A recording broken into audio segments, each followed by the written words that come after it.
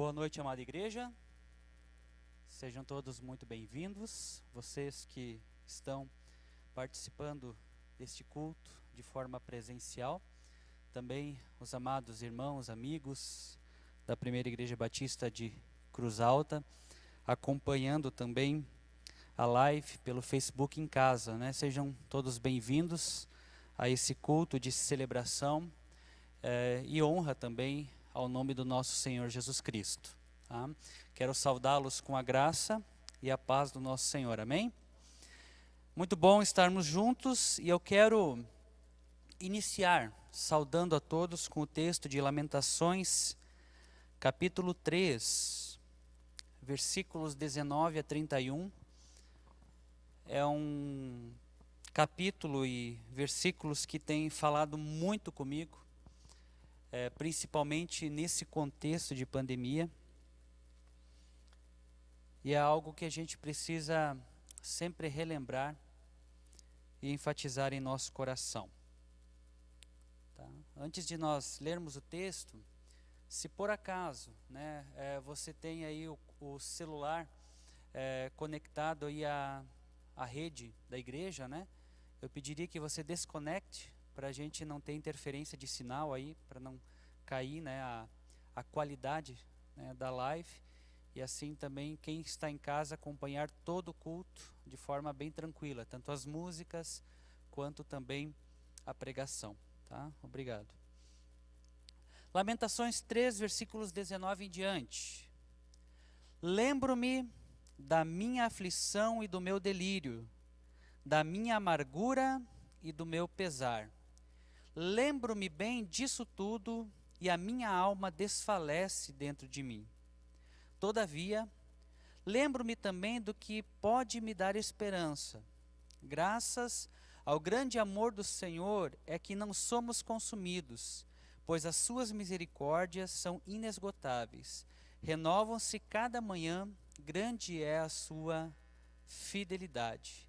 Digo a mim mesmo, a minha porção é o Senhor, portanto, nele porei a minha esperança.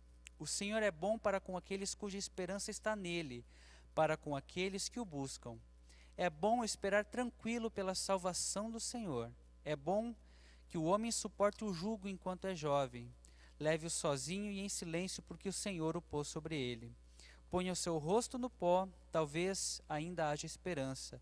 Ofereça o rosto a quem o quer ferir e engula a desonra, porque o Senhor não o desprezará para sempre. Eu gosto desse texto porque ele foi escrito de maneira bastante poética. E aqui existe uma aplicação.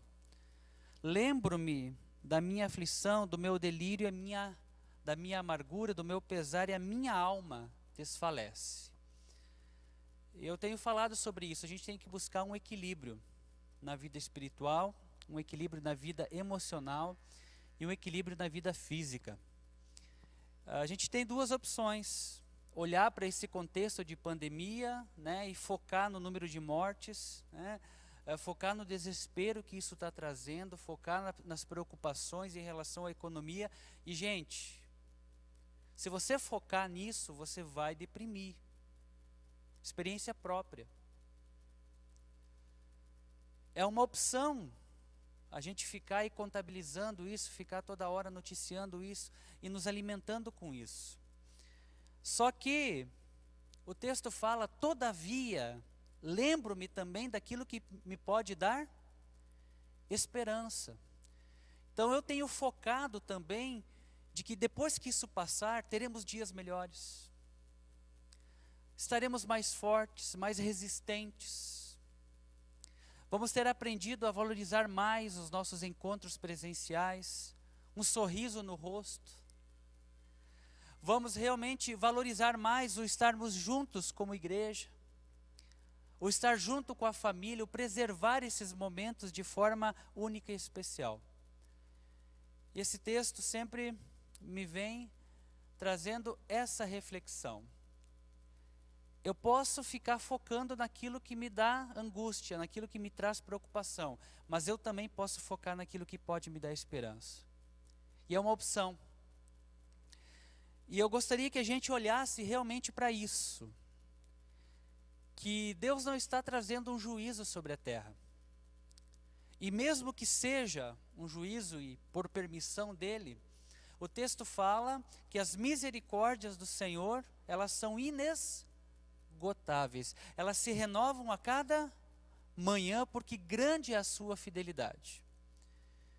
Então vamos focar na esperança, vamos focar na misericórdia do Senhor, porque Ele é bom para com aqueles que depositam nele a sua esperança. É justamente o que está aqui no versículo 25.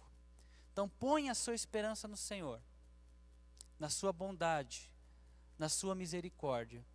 E eu tenho certeza que dias melhores virão. Porque nós estamos firmes na rocha que é Cristo e colocamos a nossa esperança nele. Amém? Então, amados, muito bom estarmos juntos. Vamos celebrar a esse Jesus, né, dar a Ele toda a honra, toda a glória e todo o louvor. Eu quero orar ainda, entregar esse momento de culto a Deus. Já é dele, mas como uma forma de gratidão por estarmos aqui, termos ainda essa liberdade de estarmos como igreja reunidos, que possamos aproveitar também esse tempo juntos. Deus e Pai, muito obrigado pela nossa vida. Obrigado porque o Senhor tem nos cuidado, nos preservado, nos sustentado de uma maneira muito abundante. Eu peço que o Senhor venha abençoar cada um que está aqui presente nessa noite. Quero que o Senhor venha abençoar cada um que está nos assistindo também pela live em casa. O Senhor, guarda cada um de nós, proteja, abençoe, Senhor. É o que colocamos na Tua presença para que realmente hoje possamos ser motivados. Possamos também, Senhor, sermos desafiados a sermos melhores, porque cremos que dias melhores virão, porque a nossa esperança está em Ti. Fale ao nosso coração, é o que eu te peço, é o que eu coloco na Tua presença nesse momento, em nome e por amor de Jesus Cristo. Amém? Amém. Eu passo a palavra para o grupo de louvor através da música, né? Eu convido a igreja a se colocar em pé para celebrarmos juntos.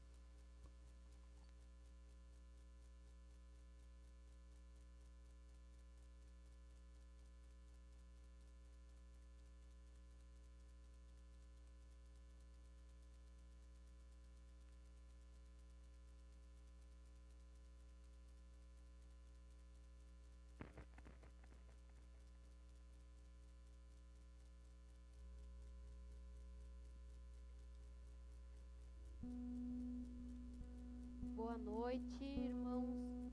Boa noite também para quem está nos assistindo em casa.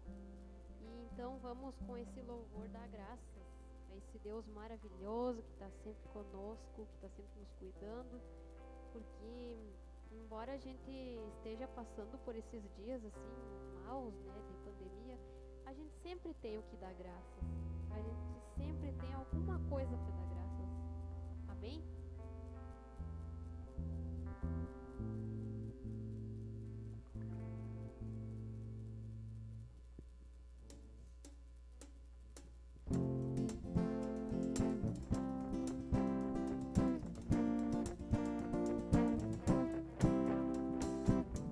Aqui diante de Ti,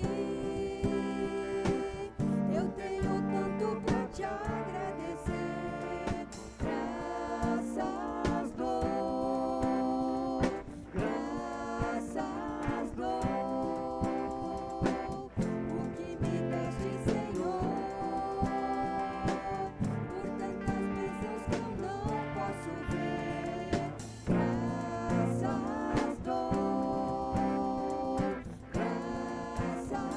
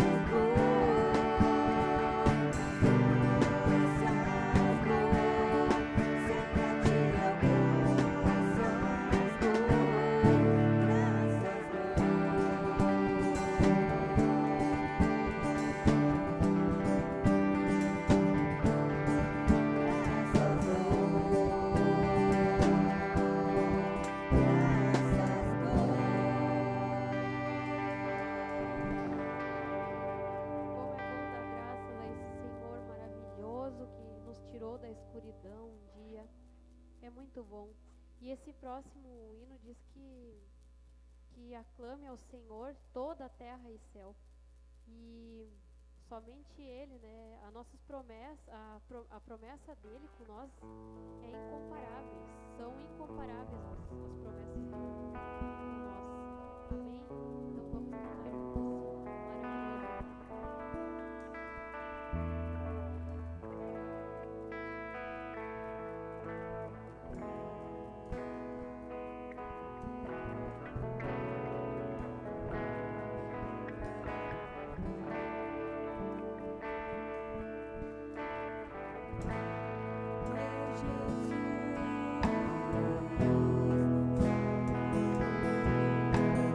Outro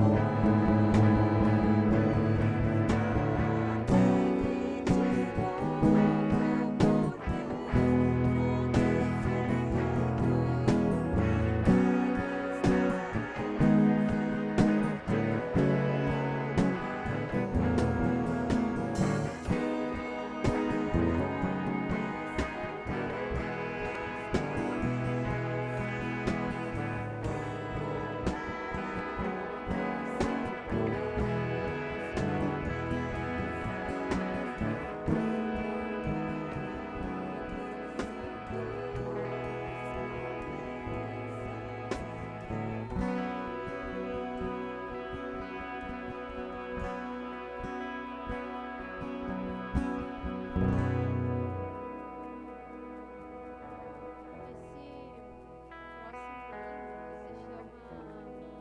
Única, tem uma parte que eu gosto que diz, né? Deus é invisível, mas real. Porque tem muita gente que diz, eu só acredito vendo, né? Eu tenho que ver Deus para eu acreditar. E daí eu gosto de brincar, que tu imagina então, eu como sou deficiente visual não iria acreditar em nada, né? Porque eu não enxergo. Mas Deus é um Deus maravilhoso e até muitas vezes ele me ajuda até mesmo no enxergar algumas coisas. Então, realmente esse Deus é um Deus invisível, mas real. E só ele é digno de toda a honra, toda a glória, enfim, de tudo de melhor que há. E também quero convidar os irmãos que vieram preparados com os dízimos e oferta para dizimarem aí. Que nem domingo passado, que venha um, depois venha outro para evitar aglomerações.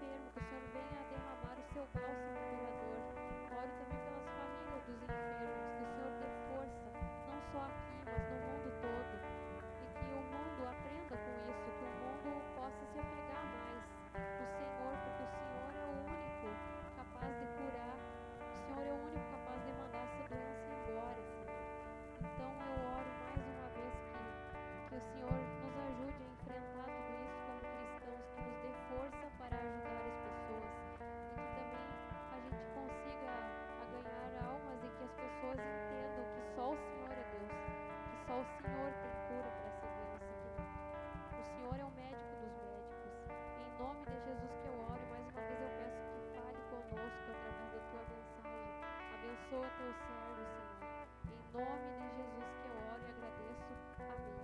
A igreja pode assentar-se.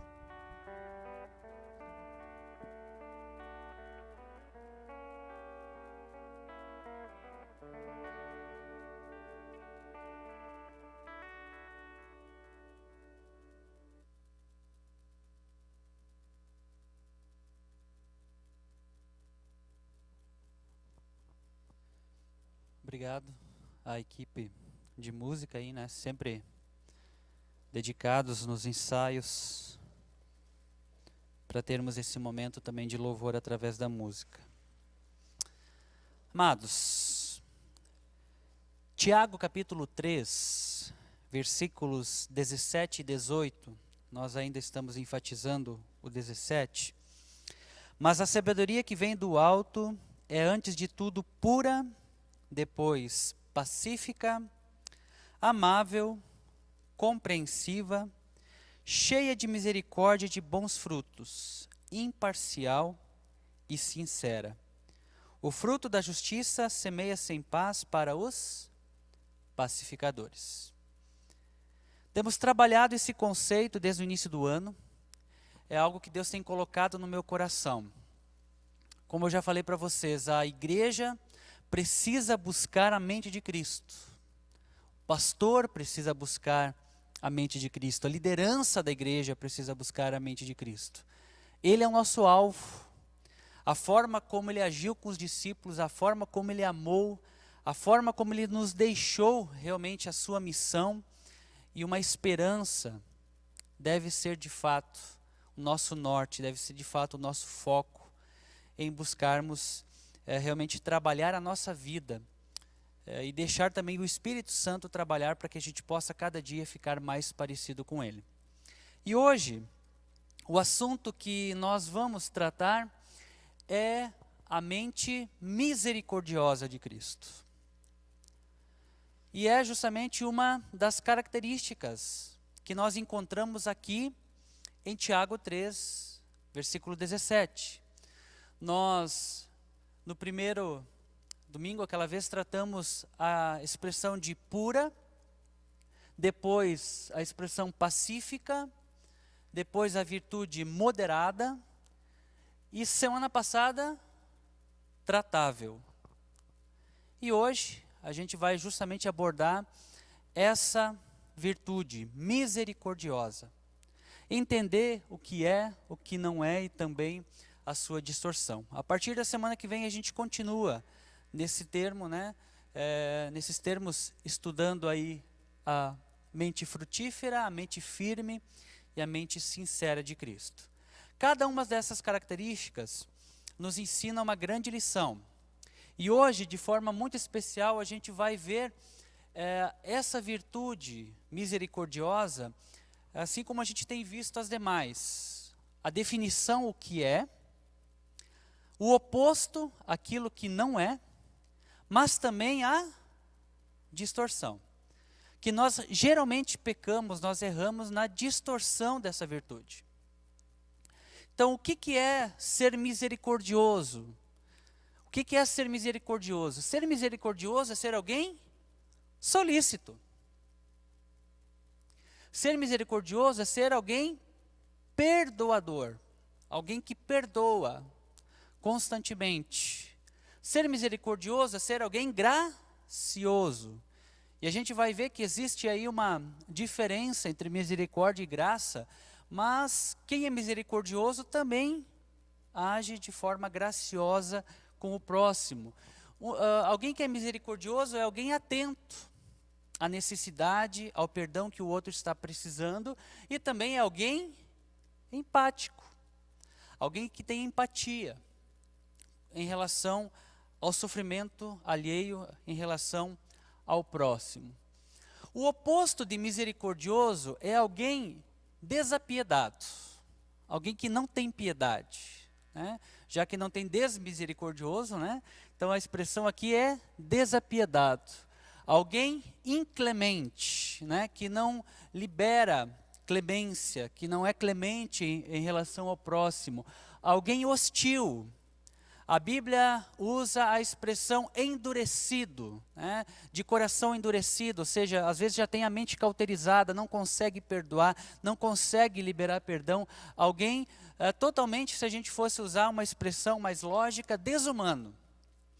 Porque alguém que não se importa com o outro, que não se coloca no lugar do outro, beira, né, alguém totalmente desumano. Mas como eu falei para vocês, a gente raramente peca no oposto dessa virtude, a gente peca na distorção. E a distorção de misericordioso é ser indulgente. O que é isso, pastor? É alguém condescendente, também não ajuda. Alguém transigente, que quebra as regras, as leis com facilidade, também não ajuda. Então, o que a gente precisa entender? Indulgente é uma pessoa que perdoa com facilidade. Se você vai no dicionário, você vai encontrar essa definição, que está pronto a perdoar. Mas a palavra indulgente vem de um contexto histórico, onde a igreja, no passado, acabou usando um termo para justamente imputar perdão àqueles que buscassem, que era as indulgências. O que acontecia? Você é pecador, a igreja então dava uma oportunidade de você se redimir desse pecado. Então você dava um valor, ou um terreno, ou alguma coisa que você tinha de valor para a igreja, e isso era uma indulgência, você pagava com isso o perdão do seu pecado, e lhe era imputado o perdão, e você de fato tirava até inclusive algumas almas do purgatório. Então tu imagina a expressão indulgente, é aquele que tipo assim, oferece o perdão, mas esperando algo em troca. Ou aquele que simplesmente libera o perdão para se safar daquela situação embaraçosa, mas de fato de coração ainda não perdoou. Eu conhecia um amigo meu que dizia assim, meu pai quando nós éramos pequenos, ele costumava trancar nós no quarto, quando a gente brigava e dizia assim, vocês não saiam daí até se acertarem. Aí eles ficavam um tempo lá, daí eles se combinavam, vamos dizer para o pai que a gente se acertou só para ele liberar a gente? Já viu essa história? Daí chegava lá, pai, a gente se acertou mesmo? Sim, nos acertamos. Então está liberado. Mas na verdade não tinham se acertado. Ou seja, foram totalmente indulgentes. E muitas vezes a gente tem essa perspectiva. Quantas pessoas na história, inclusive da igreja, pastor, eu quero ir diante da igreja pedir perdão. Você quer? Tudo bem, eu não o impeço. Mas que seja algo de coração. Porque nesse caso você não está mentindo somente para Deus, na sua concepção. Você também está mentindo para as pessoas. Então se você vai pedir um perdão público, se você vai expressar esse perdão ou dizer que você perdoou alguém de forma pública diante da igreja, que seja algo sincero. Não seja algo indulgente, simplesmente para se livrar de uma situação embaraçosa. Então, nesse sentido, a gente precisa aprender, amados, a liberar perdão. A gente precisa aprender a realmente amar o próximo, se colocar no lugar do outro, em toda e qualquer circunstância. E é isso que significa, eu gosto muito de definir a palavra misericórdia, porque ela nos ajuda a entender realmente o que significa na sua profundidade. O que é ser misericordioso, então? Ser misericordioso é saber que misericórdia é um atributo moral de Deus. Nós lemos aqui no texto que as misericórdias do Senhor se renovam a cada manhã, a sua fidelidade é grande. Então a misericórdia é um atributo moral, da moralidade de Deus. Deus é misericordioso. Então, pastor, o que é misericórdia? Já que é um atributo moral de Deus. Ser misericordioso é não dar o castigo e juízo que alguém merece. Essa é a melhor definição de misericórdia que nós encontramos. Misericórdia é não dar aquilo que alguém merece. Ou seja, é Deus na posição de juiz, olhando para nós, pecadores, e pelo fato de sermos pecadores, Ele tem o direito de dizer, vocês vão para o inferno, porque vocês são pecadores. Mas por misericórdia, Ele não aplica a sua ira, Ele não aplica o seu castigo, porque Ele é um Deus misericordioso. Então, ser misericordioso é não dar aquilo que nós merecemos. Ser misericordioso é quando alguém passa a perna em você e você guarda aquilo e diz, um dia eu vou ter a oportunidade de passar a perna nele também. Porque humanamente a gente é assim. Só que daí acontece que, diante de uma situação que você pode dar o troco, você não dá, você não vai agir de má fé. Por quê? Porque você aprendeu com Deus que a gente não devolve na mesma moeda. E aí você está sendo misericordioso como Deus também é. É aquela história que eu sempre falo, né? Eu brinco com essa expressão. É a Angélica, né, minha esposa, apressada, ela sai de casa e diz assim, amor, não consegui lavar a louça, você pode lavar para mim? Claro, deixa comigo, pode deixar que eu lavo. E ela sai, ela demora um tempo, quando ela retorna, o que ela encontra na pia? A louça sem lavar. Gente, ela teria toda a razão de brigar comigo, de me xingar, de descer o sarrafo, porque ela me pediu algo e eu não fiz. Mas ela aprendeu com Deus que um atributo do cristão é ser misericordioso. Ela pensou assim, poxa, ele deve ter se ocupado com alguma coisa saiu fora do controle aí, e eu não vou brigar com ele. Então ela foi misericordiosa. Ela não brigou, ela poderia, ela deveria, né? E muitas vezes a gente tem esse sentimento, a gente pode retribuir o mal com o mal, mas a gente decide retribuir o mal com o bem, e isso é ser de fato misericordioso. Graça, e eu gosto de comparar isso, graça é a gente ganhar um presente sem que a gente mereça.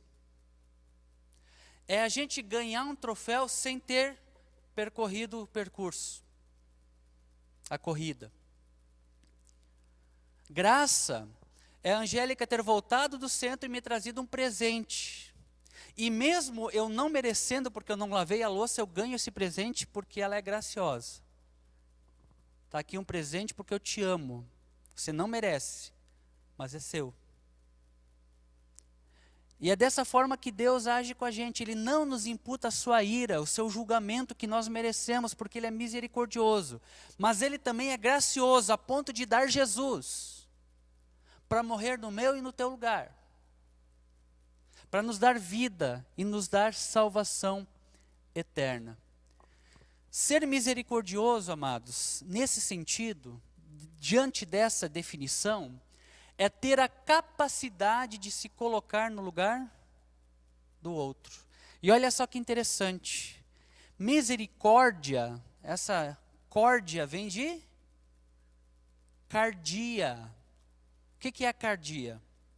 Está ligado ao quê? Coração. Ser misericordioso é literalmente ter a capacidade de tirar o coração do teu peito e colocar no peito do outro e sentir o que ele está sentindo. Por um instante viver o que ele está vivendo. Se compadecer da dor do outro, mesmo que você não entenda a profundidade, mas você se coloca no lugar dele, você tenta fazer esse exercício. Quando a gente aprende a se colocar no lugar do outro, amados, a gente aprende a perdoar com mais facilidade. Tem gente difícil de lidar. Tem gente carrancuda que é difícil de quebrar a casca. Mas daí você vai olhar para a história, é uma pessoa magoada, é uma pessoa machucada, a sua história é dolorosa, é um passado difícil, que se você tivesse passado por tudo, talvez você agiria da mesma forma. Então você entendendo a história do outro, você se coloca no lugar do outro, e você com isso tem a liberdade de decidir perdoar ou não. Mas alguém misericordioso é alguém que se coloca no lugar do outro, sente o que o outro está sentindo e se compadece. Já fez esse exercício? É fantástico, amados. Você literalmente tentar entender, compreender o outro. Por que o outro está agindo como está? Por que ele está fazendo o que está fazendo? Quando a gente faz esse exercício de se colocar no lugar do outro, a gente entende melhor o outro e a nós mesmos. E digo para vocês, amados, fica mais fácil de perdoar. Nós temos falado sobre isso. Insanidade é repetir as mesmas coisas esperando um resultado diferente. Quer um resultado diferente? Faça algo diferente. Ah, pastor, mas eu estou brigado com alguém e a pessoa não se dobra, ela não vem pedir perdão. Então vá e libere o perdão sem que ela peça. Eu fiquei feliz essa semana de saber isso, de alguém que tomou essa decisão. E deu o primeiro passo em prol do outro para corrigir algo que estava machucando os dois. E olha que lindo, quando o perdão é dado, as lágrimas correm, é uma nova história que começa a ser escrita, é uma página que é virada, na tua história e na história da pessoa. Então ser misericordioso é ter a capacidade de mudar a própria história, porque você aprendeu a se colocar no lugar do outro. Nessa época de pandemia, o que mais nós aprendemos, ou deveríamos aprender, é isso, é se colocar no lugar do outro. Por que o outro está agindo como está? O que o outro está precisando que eu posso ajudar? Muitos se aproveitaram desse contexto, mas outros realmente agiram com misericórdia. E esse é o exemplo do cristão, é isso que nós precisamos fazer. Ser misericordioso é uma condição para receber misericórdia de Deus. Como assim, pastor? Está lá, Mateus 5,7. Bem-aventurados os misericordiosos, porque alcançarão misericórdia. Isso quer dizer o quê? Que se você não ser misericordioso, você pode incorrer no erro de não receber misericórdia lá na frente. Não pague para ver. Se é um conselho que eu dou para a igreja, é esse. Seja misericordioso, porque é a condição que Deus espera de nós. Eu acho interessante isso. Na própria oração do Pai Nosso, Jesus ensinou a gente a orar dessa forma: Senhor, perdoa as nossas ofensas como nós perdoamos. Já imaginou? Tem gente que não perdoa de jeito nenhum, não abre mão da sua razão. Gente, e o que a Bíblia fala? Se você não perdoar, você também não vai ser perdoado. Vai pagar o preço para ver?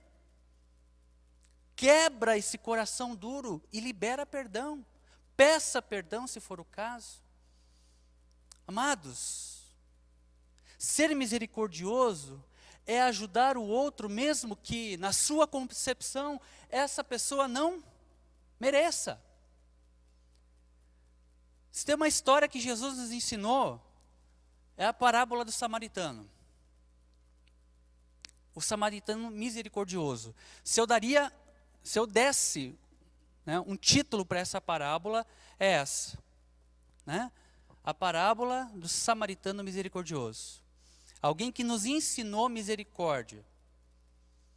Porque a gente usa, né, o famoso título, a parábola do bom samaritano, como se os outros samaritanos não fossem, né? Mas por que é usado a figura do samaritano? Porque os judeus não se davam com os samaritanos. Existia uma rusga entre os povos, porque os judeus se preservaram, eles se mantiveram puros, sem mistura de sangue, de raça e tudo mais. E os samaritanos se misturaram com outros povos e eles não aceitavam eles, por causa disso. E existia essa rusga de forma muito presente. Aí, Jesus, diante de um contexto, com mestres da lei e tudo mais, né, questionado, Jesus conta essa parábola. E aí ele termina a parábola dizendo, o samaritano foi lá, né, o cara caiu na beira do caminho, passou o sacerdote, não ajudou, passou o levita, não ajudou. Aí quando vê um samaritano, olha só, Jesus quis provocar. Um samaritano passou e ajudou aquele homem, cuidou das suas feridas, levou para o hospital, pagou a estadia. Ele precisava fazer isso? Não. Mas ele se compadeceu, ele pensou, e se eu tivesse nessa situação, o que eu gostaria que fizessem por mim? E esse homem foi misericordioso. E ele foi de fato o mais próximo daquele homem. E os mestres da lei tiveram que engolir. Realmente, né? Quem foi o mais próximo daquele homem? Foi o que ajudou ele, para não dizer o samaritano. Engoliram o orgulho, mas aprenderam uma nobre lição. Ser misericordioso é se colocar no lugar do outro, mesmo que na sua concepção a pessoa não mereça. E vamos ser sinceros, tem gente que a gente acha que não merece mesmo. Se a gente pudesse, a gente esganava, humanamente falando. Mas se a gente se colocar no lugar dela, Deus vai nos ensinar a sermos misericordiosos. Como conclusão, em Lucas 23, 33 e 34, Jesus, na cruz do Calvário, ele olha para aquela situação e ele expressa algo.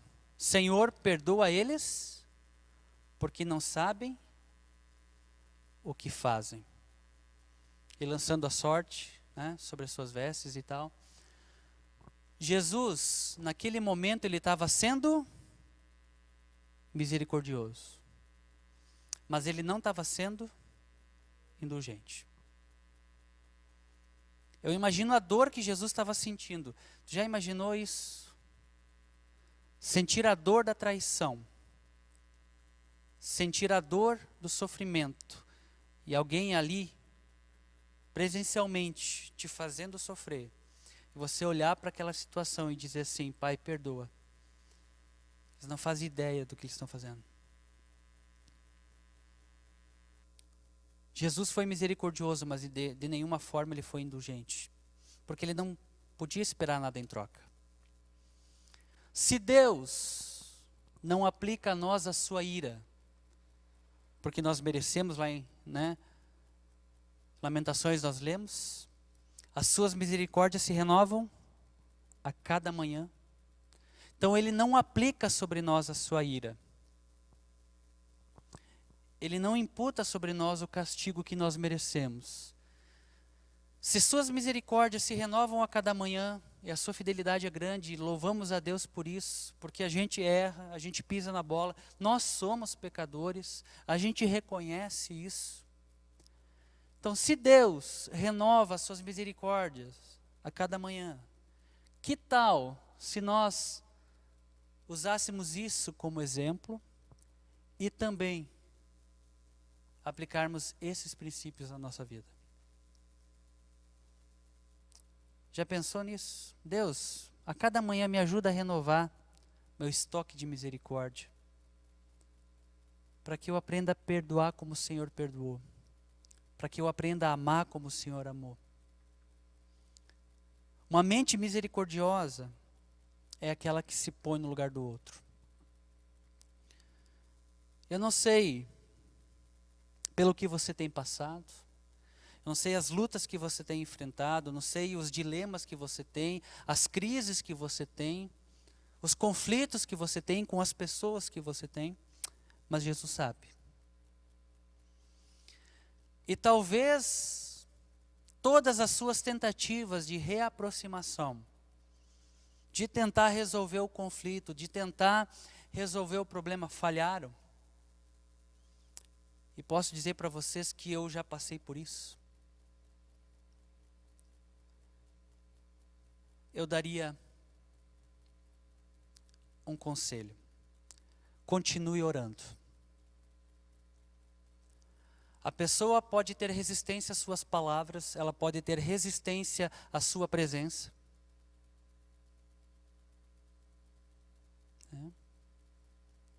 E às vezes a gente tem esse sentimento, né? Eu não quero ver a pessoa nem pintada de ouro. Né? Que a gente não quer passar por isso de novo. Mas contra as suas orações ela não tem defesa. Porque é Deus agindo lá no coração. Então, se a única ferramenta que você ainda tiver for a oração, continue orando. A oportunidade virá. É a lei da semeadura. Não há como semear discórdia esperando paz. Então, se a pessoa está semeando discórdia, na oportunidade que você puder, haja com misericórdia. Porque a vida vai ensinar de forma muito dura. Que não seja você imputando a justiça, deixa Deus.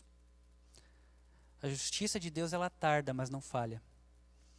E que bom se a pessoa reconhece, se entristece e se arrepende a tempo. Estudamos isso hoje de manhã na EBD. Existe a tristeza que leva para a destruição, mas existe a tristeza que nos leva a uma construção. E essa tristeza, né, citada ali em 2 Coríntios, por Paulo, ela nos leva ao arrependimento. Então, se muitas vezes nos entristecemos por algo que nos aconteceu, é porque Deus está permitindo e nos oportunizando nos arrepender. Isso é uma grande lição para cada um de nós. E o meu desejo é que você aprenda essa lição. Que você tenha a mente de Cristo nesse sentido e seja misericordioso assim como Ele foi. Amém? Oremos. Deus e Pai, muito obrigado por esse tempo como igreja. Muito obrigado, Senhor, porque as suas misericórdias se renovam a cada manhã. Muito obrigado pela tua grande fidelidade. Nos ensine, Senhor, age em nós e através de nós, para que aprendamos a sermos misericordiosos como tu tens sido conosco. Que o Senhor nos ensine a se colocar de fato no lugar do outro. Aprender com o outro, perdoar o outro. Mesmo que na nossa concepção o outro não mereça, mas que a gente aprenda isso, porque é isso que o Senhor deseja de nós. É o que coloco na tua presença, para que o Senhor age em nós e através de nós. Em nome de Jesus é que oramos. Amém? Equipe de louvor vai nos dirigir aí mais um cântico. E eu gostaria que você fizesse desse cântico também a sua oração. Sua oração do momento, a sua oração também da semana de fortalecimento. E que juntos possamos continuar celebrando a Deus nos nossos lares. Fiquemos em pé.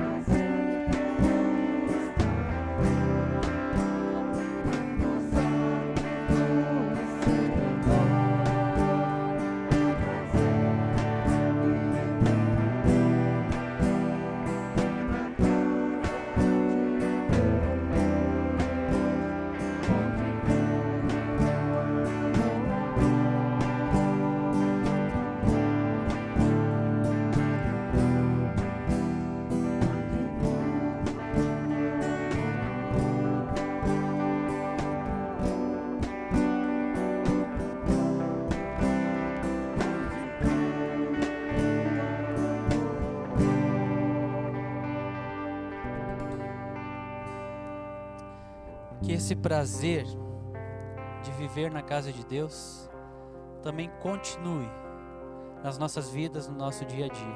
Amém? Meu desejo, amados, é que Deus abençoe, guarde, sustente, proteja cada um de vocês, seus familiares, amigos, né? Todos que estão ao seu redor. Que Deus possa realmente cuidar, é o desejo do nosso coração. Essa semana eu vou conversar ainda com os diáconos, temos aí uma ideia de como fazermos a ceia. Não vai ser ainda no próximo domingo, vai ser no outro. Então a gente ainda vai conversando sobre isso, como nós iremos proceder com os que estão aqui e também com os que estão em casa. Tá? Então aguardem para a gente também fazermos esse momento, né, tão esperado, né? Faz meses que nós não temos esse tempo também de comunhão como igreja. Eu desejo que Deus abençoe e guarde cada um de vocês. Que a graça do nosso Senhor Jesus Cristo, o amor de Deus o Pai e a comunhão com o Espírito Santo seja com o povo de Deus, agora e para sempre. Amém? Bem, amados, forte abraço, né? Que Deus abençoe e cuide, né, de cada um de vocês. Obrigado pela presença.